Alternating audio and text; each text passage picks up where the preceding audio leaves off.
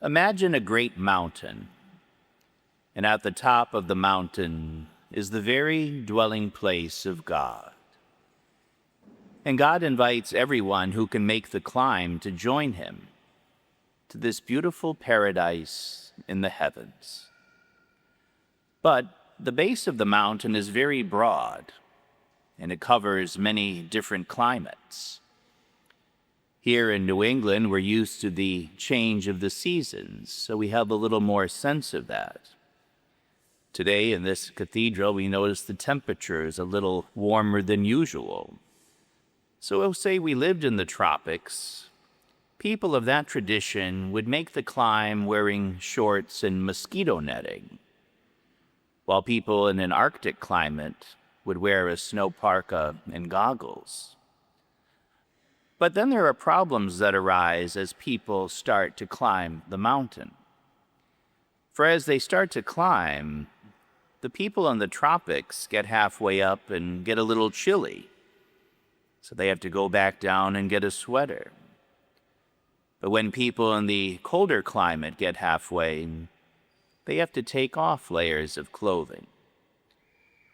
But the interesting thing is, by the time everyone gets to the top of God's mountain, everyone is dressed the same. And God just shakes his head, seeing us worrying about what we're going to wear about the journey toward God. Well, the Canaanite woman in today's gospel is despised by the Jewish community because of her race. She is considered a dog amid the righteous. But we hear her continuous pleas, and we see how her life is filled with desperation, how she would do just anything to get some relief into her life. We also see how deep her faith truly is, for it is her prayer of faith that wins through, and in the end, she receives what she needs. We see how the disciples were annoyed with her, telling Jesus to tell her to go away. We see how initially even Jesus ignored her. But then at the end, Jesus' compassion for her and the healing of her daughter breaks down that wall between Gentile and Jew. For this encounter between Christ and the Canaanite woman shows us that God has no favorites, and no one is excluded from God's company. For everyone ends up being the same in the eyes of God.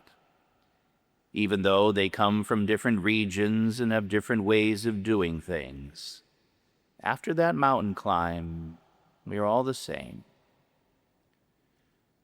But today's gospel confronts us with our own tendencies to cause conflicts when we are exclusive.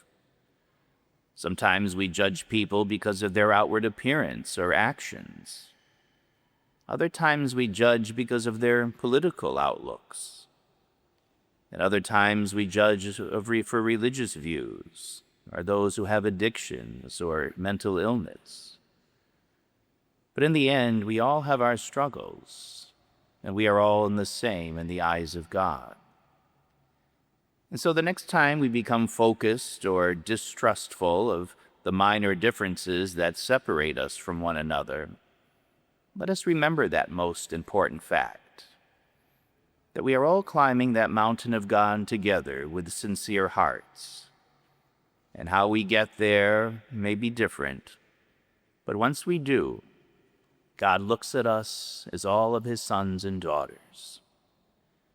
And so today, may God grant us the grace to recognize that we are all struggling to climb God's mountain at times, and that we are all beloved children made in the image and likeness of God.